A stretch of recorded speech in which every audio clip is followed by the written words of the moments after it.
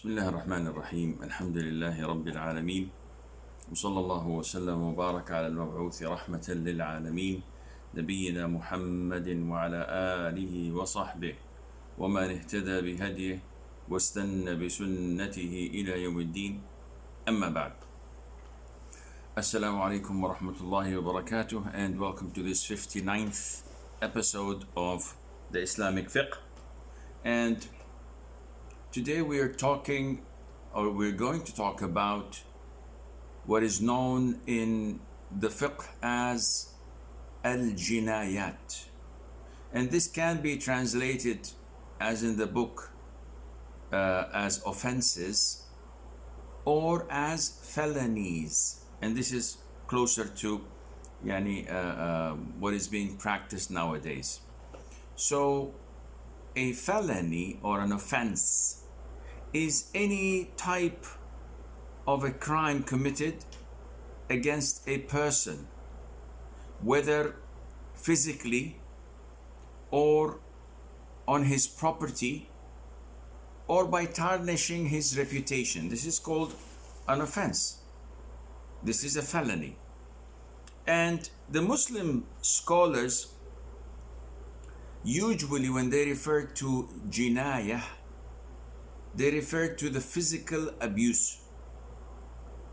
As for other types of offenses, usually they may include it under the prescribed mandatory punishment known as al-hudud. So if I slander a person, this is a felony.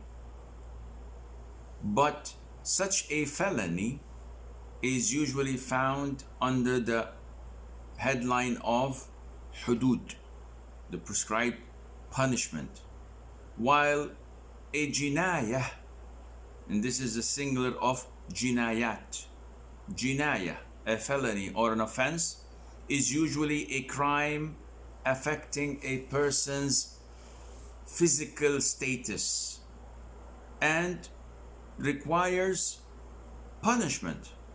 And this punishment varies.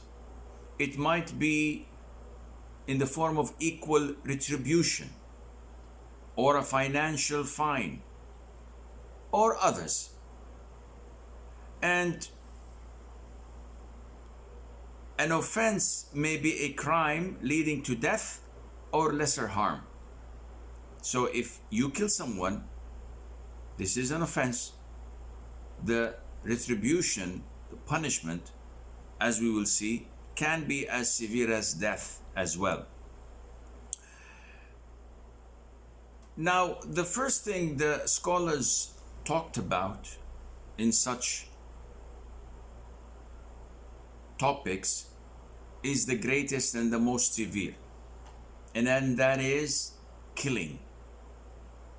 And killing can be murder and can be accidental, but it is an offense either way because someone was affected by it. And there are differences. So an offense of killing is divided into three types, three categories. One is deliberate killing, premeditated, intentional murder. The second one is semi-deliberate, and the third one is the accidental. And each of these three has its own rulings and it differs from one another. The end result is one. We have a corpse, we have a deceased person. So what are the differences and the consequences of such an action?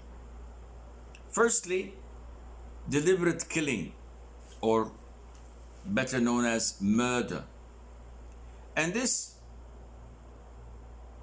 felony, in it, the killer intends unlawfully to kill another person using means that would most probably kill. What kind of means are we talking about? Well, scholars of fiqh, and especially I'm talking about al-fiqh al-hanbali, and all books of fiqh, when it comes to offenses and felonies, you will find details that are so magnificent and sometimes confusing. And unfortunately, no matter how many times you study this chapter and you teach it, you're bound to forget it because it's not your day-to-day job. So people ask us about prayer. It's easy to respond. Asks us about rulings on zakat, on hajj, on fasting.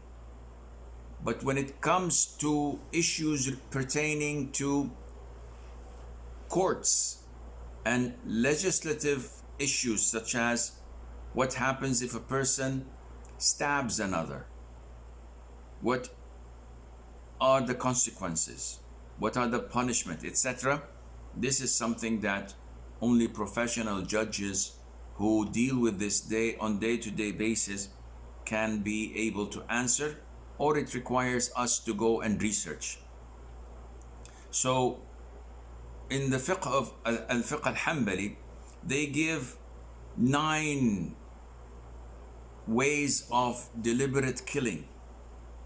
And they say that, for example, to stab someone with something that penetrates the body. So this is deliberate because a knife usually kills. And when there's a dispute and you stab someone and he dies, this is called murder. It's not acceptable for you to say, oh, I just wanted to wound him. No, this is a fight and you stabbed him. Secondly, if you throw or hit the victim with a big rock, so a pebble doesn't kill. But if you hit someone with a very heavy rock in the head and he dies, this is murder. Thirdly, they say if you throw a person in the den of a lion and the lion eats it or eats him, this is definitely a deliberate murder. Fourthly, to throw that person in fire, the victim in fire, or in water when he cannot swim, and you know that.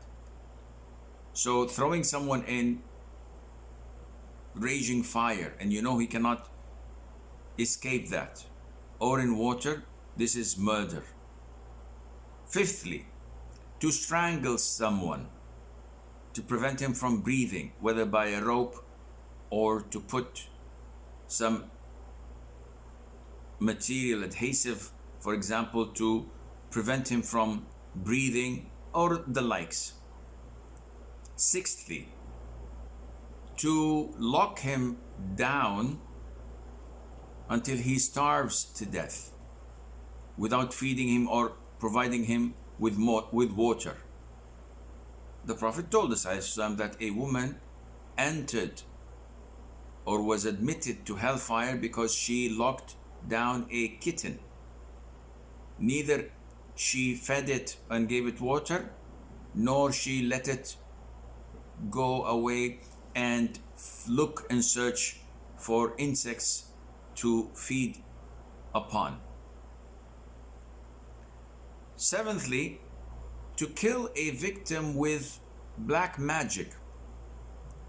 And we know that black magic either is used by using jinn or by using potions and medications that alter a person's medical and mental state of mind.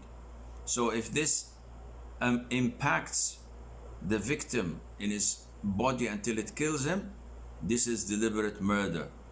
Eighthly, to poison someone. So feeding someone something that would poison him, whether in his drink or in his food, while he does not know, then this is murder. And ninthly, to testify against someone, which would lead to killing him. So for example, if we know that a person is married and we know that the punishment for adultery is execution. So 4 men come forward and they lie and they say, yes, we saw this individual committing adultery, and they give a description of what they had seen, and the judge rules that he has to be stoned to death. And he's executed, he's killed. Later on, they come and say that, oops, listen, we made a mistake, sorry, we plotted against him and he didn't commit adultery. In this case, this is considered to be murder. So there are conditions, as stated in your book, for this to be considered as murder. One, that the killer intends to kill his victim. So whether he does this intentionally or he has the intention to harm the victim. Secondly, knowledge that the person he intends to kill is a human being who enjoys the right of life. What does that mean? If I'm target practicing and I shoot my target not knowing that behind it there was a man standing, I didn't intend to take the life of a human being or harm that human being. So this is not intentional. 3, the means used is something that normally leads to killing. So if I use a blade, if I use a big rock, if I use a bullet, if I use an arrow, if I use a spear, all of these things kill usually. But if I hit someone with a small pebble, or if I had a fan and I hit someone and he dies with it, this is not considered to be murder, because this is not means of killing someone. If I run someone over with a car, this is murder. But if someone was standing next to the car and I opened the door and I hit him with the door, this is not murder, because this doesn't kill usually. So it is up to the judge's evaluation to consider whether this is intentional murder or not. So the murder has 2 rulings. The first one relates to the hereafter and the other one relates to this world. As for the hereafter, the murderer is threatened by Allah Azza wa Jal that severe torment awaits him. Allah Azza wa Jal says, he who deliberately kills a believer, his punishment is hell, therein to abide permanently. God will be angry with him and will reject him and will prepare for him a dreadful suffering. So this is what awaits a murderer. As in this life, the punishment of a murderer is death by qisas. And there is a difference between qisas and prescribed punishments. Qisas is something that one does in order to, how do you say, get even. And the origin of qisas is from al-qasas. When you track a person's tracks, this is qasas. When we know that a person went here and we track his footsteps and where he was going to, this is called qasas. And qisas is derived from that, and it actually in legislative definition means to do to the assailant exactly what he had done to the victim. So if he had killed, we kill him. If he amputated one of his limbs, we amputate one of his limbs, and so on. And this is the definition of qisas.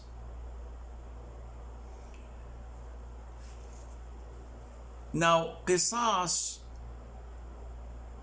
is the right of the heirs of a deceased, of a victim, which means that they are given the choice of three choices. So a murderer kills our brother. Now he's caught, he's tried, convicted. What is to be done? The judge gives us one of three options. Number one, to enforce the death penalty, a life for a life. And usually in Islamic law, the assailant, the murderer, is given to the heirs to do the execution if they are knowledgeable. So if one of the heirs says, I know how to execute, the sword is given to him and the murderer is brought in front of everybody and he chops his head off. A soul for a soul, an eye for an eye. If no one knows how to do this, then yes, it has to be given to the appointed person and the professional executioner, because this is his job, and this is merciful, more merciful, so that the murderer would not suffer. Now, if we, or one, see, the heirs are those who inherit. So if someone killed a man and the man had a wife, a father, a mother, and sons and daughters, they all have to give the verdict of demanding execution. So even if the children are young, the man is thrown into prison until they reach puberty and can give the verdict whether to kill or to pardon. But if one member of the heirs says, I forgive, in this case, execution is stopped. Even if the other 9 members of his family demand execution, one only comes and says, I forgive, forgiveness prevails. So it's execution. If they don't want execution, or one of them doesn't want execution, then the murderer is obliged to give what is known as blood money or indemnity, or whatever they may call it. And if they don't want blood money, and they say that nothing would bring our loved one back to life, they may pardon. So they don't demand execution, they don't demand any financial means of compensation, and they simply pardon the killer, and the killer is out of jail on his way. And there are details about the blood money or this indemnity. In Arabic, we call it diya. And the diya has specifications whether it should be 100 camels, the ages of the camels, whether they're pregnant or not, so that the value differs. And you will find that in detail. I personally believe that to us, it is not of great importance, because it is not us who is going to determine the diya, let alone the ages, and let alone whether it's pregnant or not. What is best if one was put in such a situation? Meaning, my brother was in a fight and he was stabbed and killed. Should I pardon, or should I demand execution, or should I take the indemnity or the blood money? This depends. If the murder was known to be a troublemaker, in that he had previously killed someone in a fight or injured so many in a fight, and I know that this would not deter him and he would keep on killing people and harming people, no, you do not pardon. Here you demand a life for a life, because by doing so you are protecting the whole community from it. But if this person is or fell in this sin by mistake, due to rage, and usually he is normally a good person, then this is up to you whether to pardon or to demand blood money, because forgiveness here is better than execution.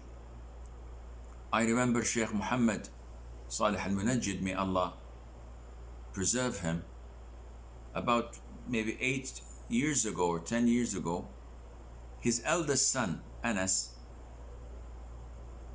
was with his friend, and all of a sudden one of his friends killed him. We don't know the circumstances, but probably it was a fight. And the killer was his own friend.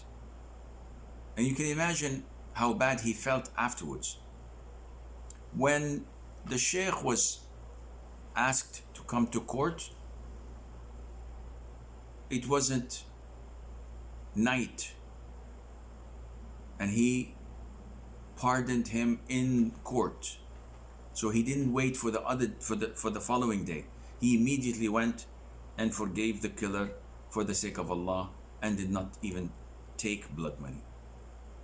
And this shows you that the act of forgiveness is highly regarded by Allah Azza wa Jal, and when it's put in its place, it also brings a lot of goodness to an individual, and it shows you the caliber of people.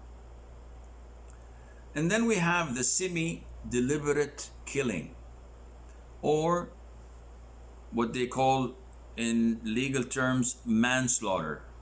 So what is the difference between deliberate killing and the semi-deliberate killing? The biggest difference is the tool, the crime weapon. So the intention to harm is there. It's a fight, and there is an intention to harm someone. But the tool itself is not considered to be a murder weapon. So in a murder, you stab someone and he dies. In a semi-murder or semi-killing, you pinch someone with a needle. And we all know needles don't kill unless you use it in some place that kills. But if you just simply put it in somebody's hands and he dies, this is considered to be simi killing, but intentional, but not murder. Secondly, in deliberate killing, you have qisas, an eye for an eye. They have the right to demand the execution of the murderer. In simi killing, this is not applicable. Semi-deliberate killing is not applicable because the heirs of the deceased cannot demand this. They have one of two: either take blood money or to pardon. Thirdly, when it comes to blood money, it is 100 camels with specifications. But when the killing is deliberate, it has to be taken from the murderer's wealth.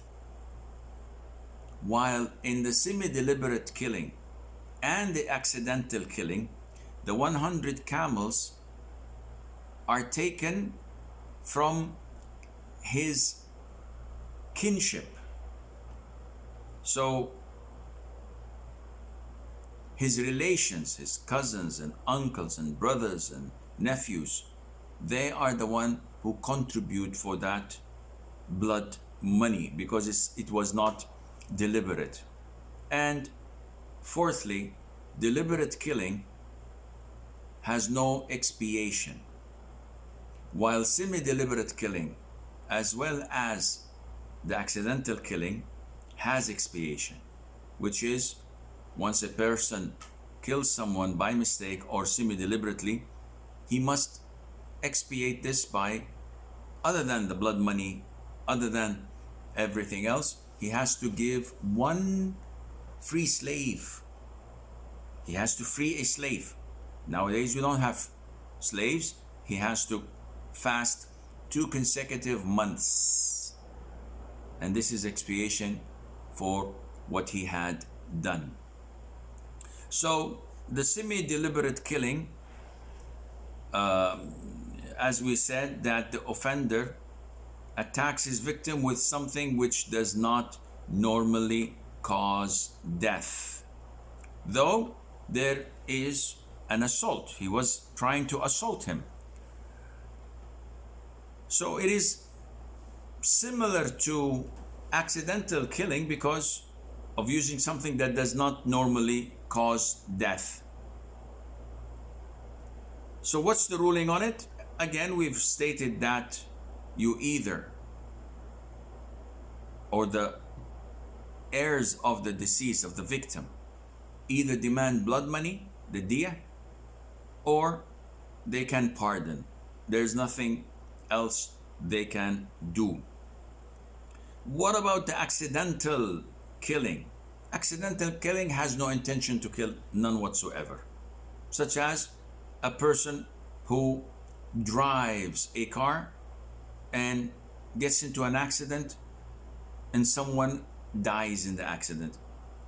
He had no intention of assault.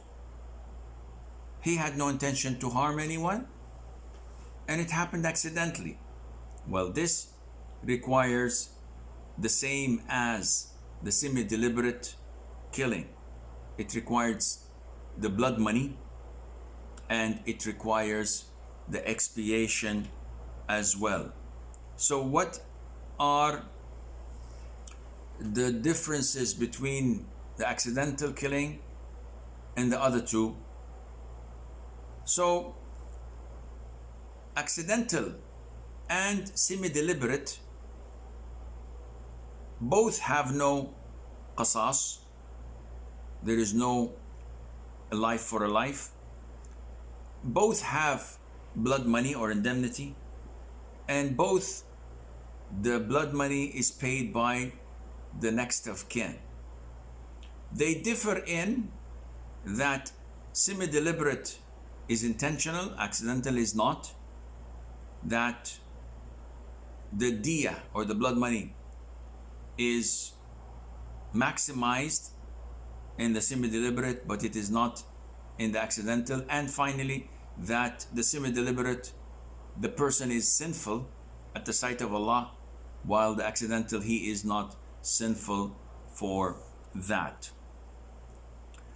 And also,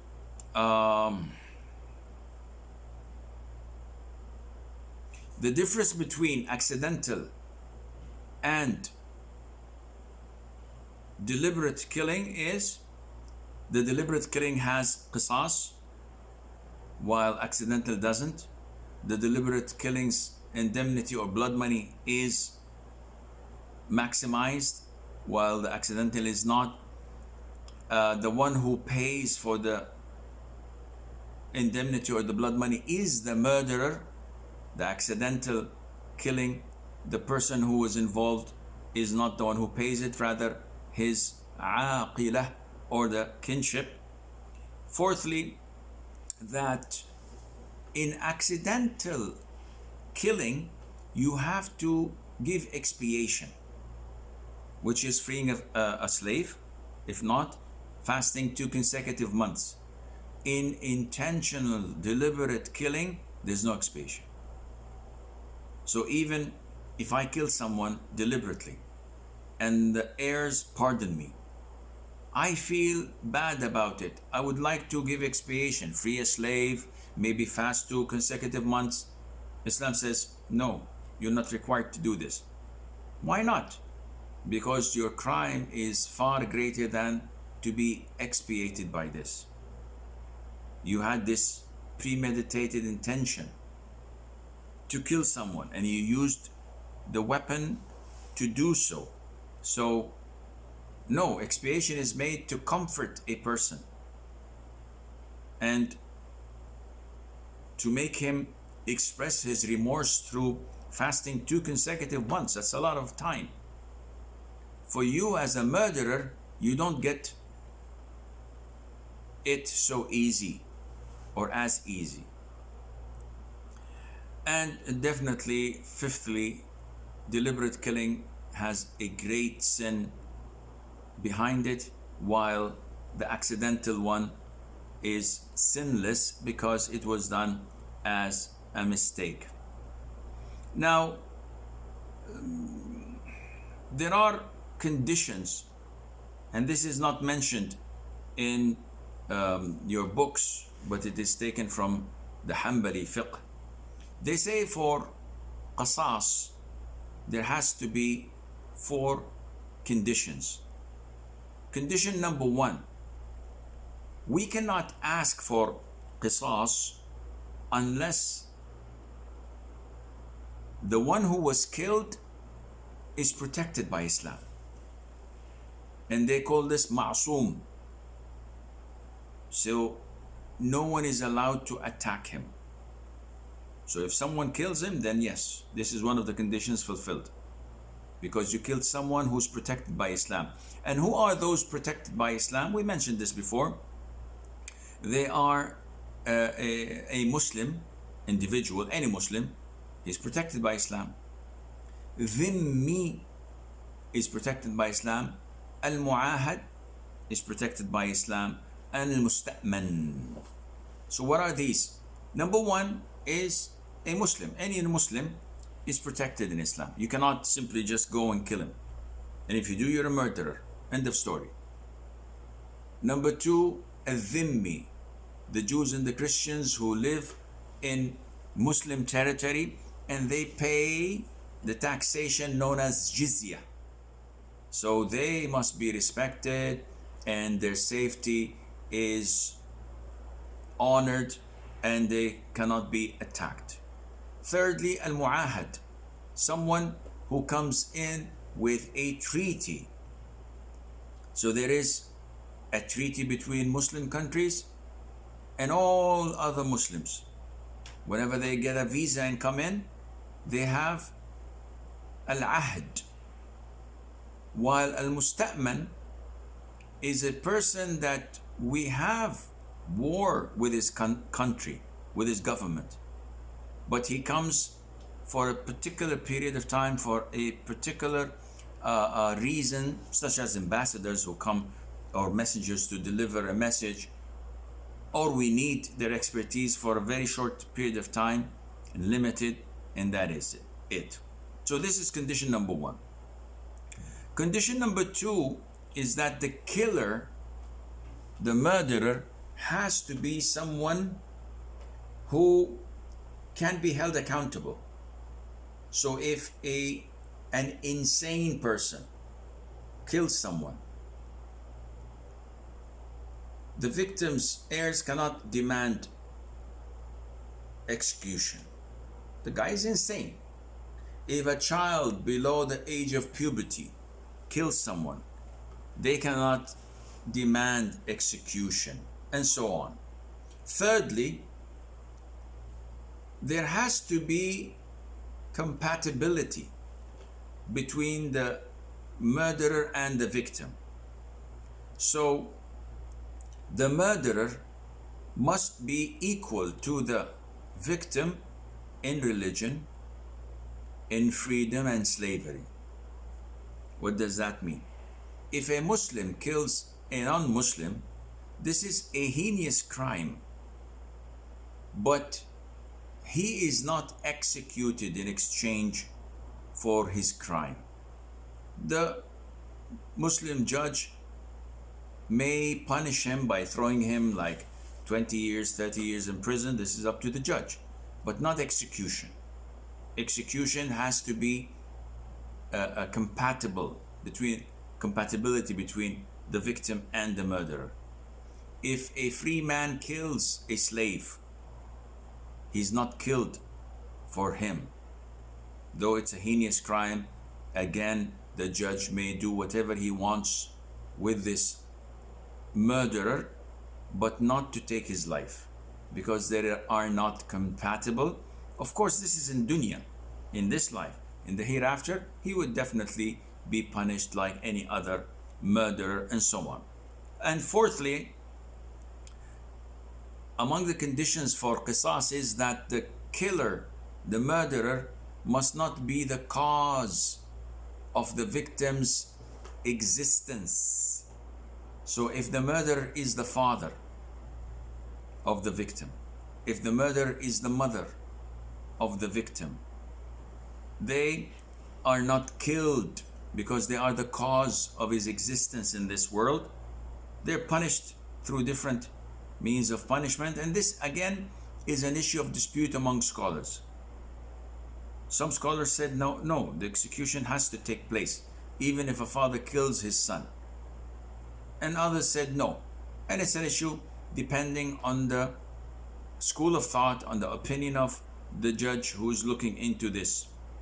A fifth condition is that in order for it to be qisas, you have to have the intention of assault and to harm and attack. If it happened by accident or by mistake, then this does not apply. And lastly, some schools of thought said that the killer has to be someone other than the Muslim ruler. And this definitely fits the Muslim rulers well. They say because a Muslim ruler, he is in charge of ruling the whole country. And if he were to be executed, that would cause a lot of chaos and problems. And this is why we address such a Muslim ruler by telling him, for your heinous crime, Allah Azza wa Jal is preparing for you torment in hellfire for eternity, and Allah's wrath will fall upon you, and Allah's curse awaits for you, and Allah has prepared a very bad place for you on the hereafter. As for this dunya, as for this life, it is not logical to spoil our world for one individual who was killed unjustly by this tyrant. So may Allah have mercy on him. He will be given paradise for his plight, but we cannot execute this tyrant Muslim ruler for what he had done, because the cons far outweigh the pros. Yes, we can make justice prevail, but justice has a very, very expensive price, and Allah Azza wa Jal knows best. I think we will stop here and we will take our questions in the remaining time. So Abdul Rahman says, can you list out in order all the walis for a woman and what? I think we've answered this last time. I forgot to cross it out. So Abdul Rahim says, Assalamu alaikum, alaikum salam. About what to recite after Surah Al-Fatiha in Salah. Can someone have it in mind that I'm going to read this surah, or what just come to mind at that time? Yes. If I pray, let's assume Fajr prayer, and before starting Fajr, I intended to recite Surah Al-Fajr in the first rak'ah and Surah Al-Balad in the second rak'ah. After I did my takbir, recited the Fatiha, I thought, why not recite the last 3 ayahs of Surah Al-Baqarah? No problem. You are your own master. You can change whatever you want, whenever you want to do that without a problem, inshallah. Karima says, is it halal that a man puts a condition to a lady he proposed to get married, a condition like having villa or job or living in a certain country or making certain amount of money, or else no marriage? No, of course, this is not permissible nor logical. The conditions are usually set by the woman, and as a consequence, if the conditions were not fulfilled, this gives her the right for divorce. So now my wife doesn't like me. She goes to the judge and she says, I don't like him. The judge says, tough bananas, what do you want me to do for you? She says, give me a divorce. He says, no, he's the only one who can divorce. You want to bail out? Give him back his dowry. She gives me my dowry, she gets a divorce. If a woman made a condition, so she made a condition in the marriage contract, and it's written down that her husband has no right to take her out of her city. They got married in Mecca. 5 years later, the man said, listen, I would like to relocate and live in Medina. She said, sorry, I told you in the contract that you have no right in relocating me, and you agreed. He said, well, I'm going either way. In this case, she has a full right to go to the judge, show him the contract, and then the judge gives her divorce because the man did not fulfill his condition. A man does not have the right to put conditions simply because he has the right to divorce. So to assume that a man comes and puts a condition that his wife gives him a villa, or provides him with a job, or to live in a certain country, or to make a certain amount of money, a man doesn't have the right to put such conditions, because this is like demanding dowry.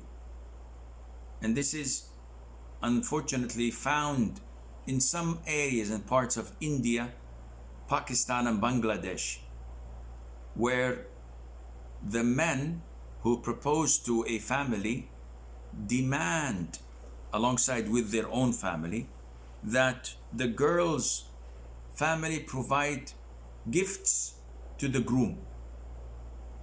And such a person can't be a groom. He's a broom with a B, because he wipes the floors and cleans the wallet of the girl's father from money. I've seen people having the audacity to come and say to the girl's family, yeah, we want a Corolla, Toyota Corolla 2020, the color red, for our son, and you have to furnish the house and bring the appliances, the refrigerators, the air conditioning, the bedrooms, the furniture, the whole 9 yards. You do all of this. And the man pays the dowry of maybe like 100 rupees or 1,000 rupees. What is this? And people come and complain to me and say that this is unfortunately prevailing in some areas of the subcontinent. And I tell you that this is shocking. This is a Hindu practice, and any Muslim accepting this has characteristics of Hindus. No man would allow his wife to put a penny in the house, or to give him a car, or to demand from her father to find him a job. He's not a man, he is a male, like any other animal, to segregate genders from one another. But he's not a man. A man is taking responsibility and being a real man, providing for your wife, as Allah Azza wa Jal mentions in the Quran, الرجال قوامون على النساء بما فضل الله بعضهم على بعض وبما أنفقوا من أموالهم. Men are protectors and guardians over women because of what Allah has favored them over women, and because of what they had spent from their own money, from their own wealth. So to defy this and to demand the women to pay for you, shame on you. Karima says, what Sharia says about a man who sells all his property to his daughters before his death and keeps only the house to live in and leaving it to Islamic inheritance rules. No problem. A person having 4 daughters, no sons, and he has siblings and he has other relatives, we know that the daughters will automatically get 2/3 of the inheritance. What about the third? It will go to his siblings if he doesn't have a father and a mother. So the man, while he's alive, decides not to sell, decides to give his 4 daughters all of his properties. And he changes the deeds into their names equally, and he goes to his bank account and he divides it into 4 shares equally. His brothers complain, why are you doing this? This is not permissible. Who said it's not permissible? It's my money. He said, yes, but you want to deprive us from it. Excuse me? I'm not dead. I didn't deprive you of anything. If I wrote a will, that would have been depriving you, because I cannot write a will to my own daughters. So I am giving it to them as a gift, or I'm selling it to them as normal selling and buying. This is my hard-earned money, and you guys don't have a right to complain, none whatsoever. Therefore, there's nothing wrong in that, inshallah, and Allah knows best. Ahmed says, can I ask how to perform ruqya with Surah Al-Fatiha? Yes, of course you can ask. Ruqya is usually a recitation, something you read. اللهم رب الناس أذهب الباس واشف أنت الشافي لا شفاء إلا شفاءك شفاء لا يغادر سقما. This is a hadith.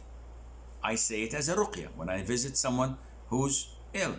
If I dry spit, that would be good. Do I have to put my hand on his head? No. Do I have to touch him? No. Just reciting it and blowing at him would do.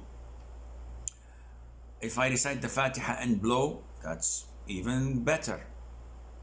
If I want to recite the Fatiha on a bottle of water or a gallon of water, and I recite it once and blow, recite it twice, 3 times, 5 times, 7 times, as many as you wish, in odd numbers preferably, and you blow, and you drink from that water, and you wash yourself or the affected area with that water, that would be great.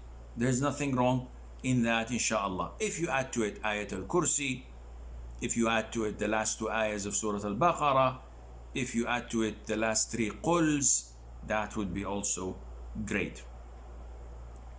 Hussein al-Amin says, my mother passed away 3 months ago. May Allah have mercy on her. Is it permissible for my younger sister to get married now? It is said in our society that if someone's parent passes away, he or she has to wait for 1.5 years long. After this certain period, he or she can get married. It would be convenient to understand for me if you provide me references from the Quran and the Hadith regarding this. First of all, may Allah have mercy on your mom's soul. Second of all, whoever claims something in Islam is the one who is responsible for providing the evidence.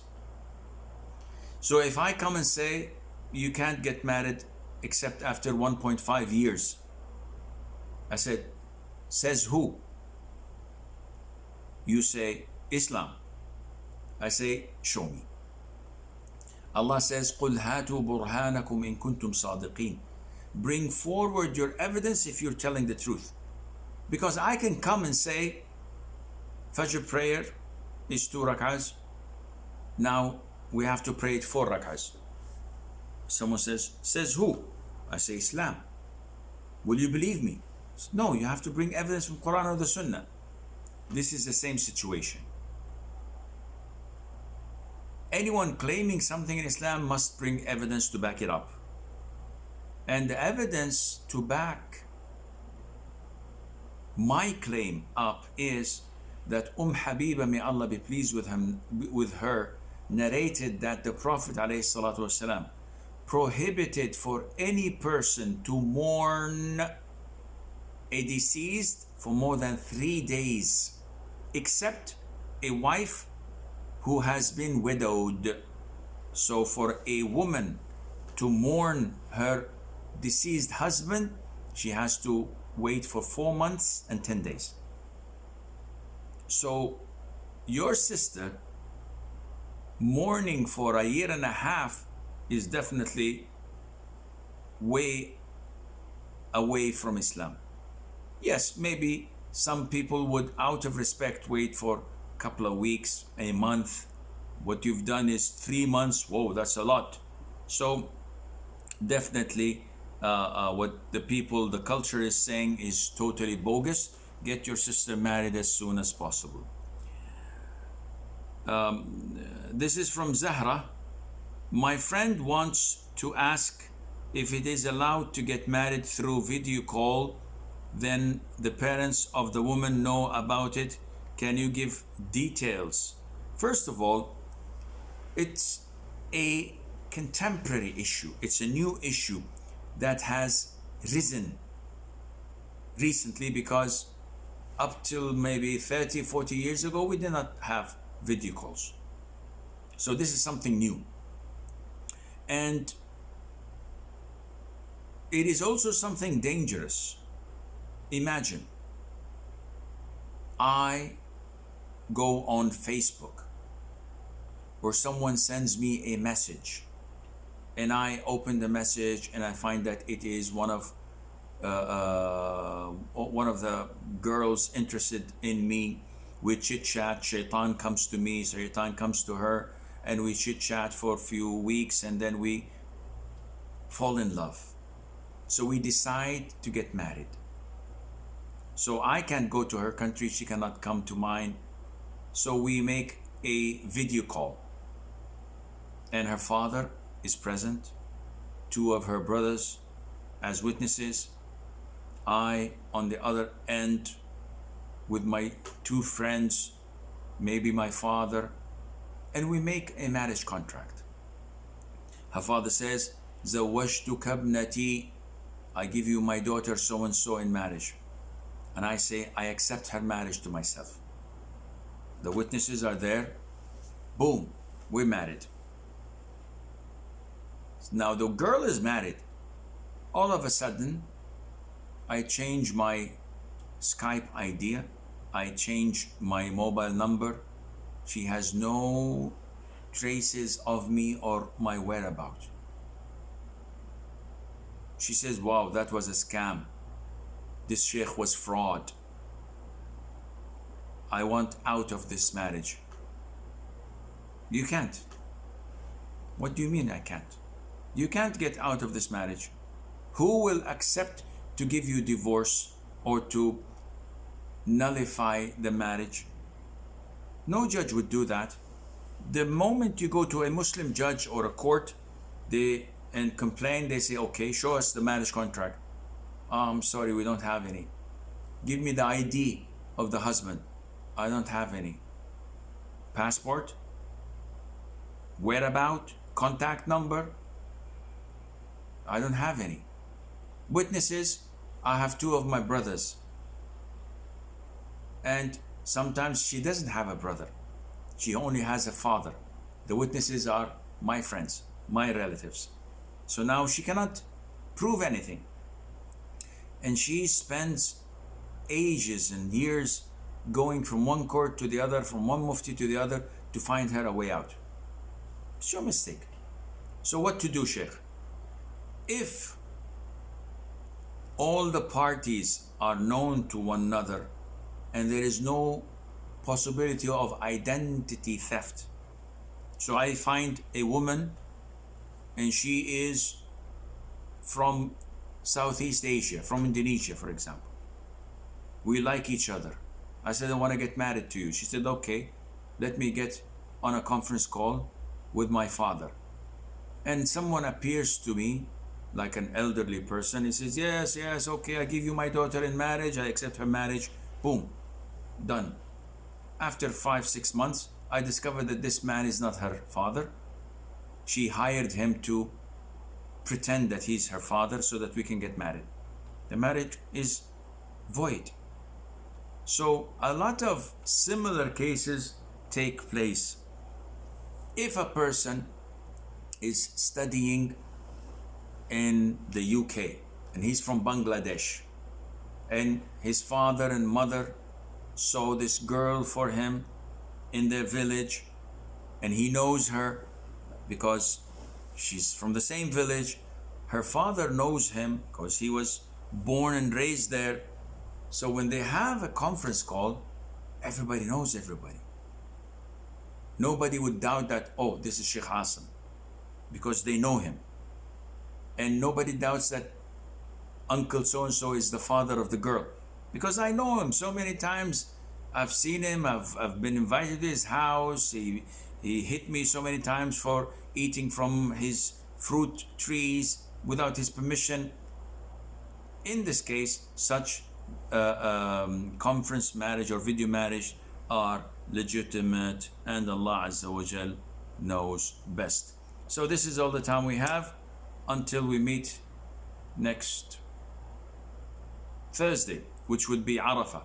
So most likely I will not attend next Thursday due to Arafah, but I will inshallah meet on Monday.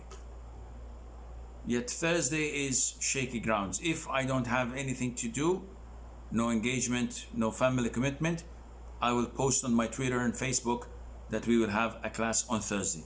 But most likely we will not have a class. So until we meet next Monday, I pray to Allah Azza wa Jal that your Eid is a blessed Eid and that Allah accepts all your deeds in these beautiful 10 days where the good deeds are the most beloved to Allah عز وجل. والله أعلم. السلام عليكم ورحمة الله وبركاته.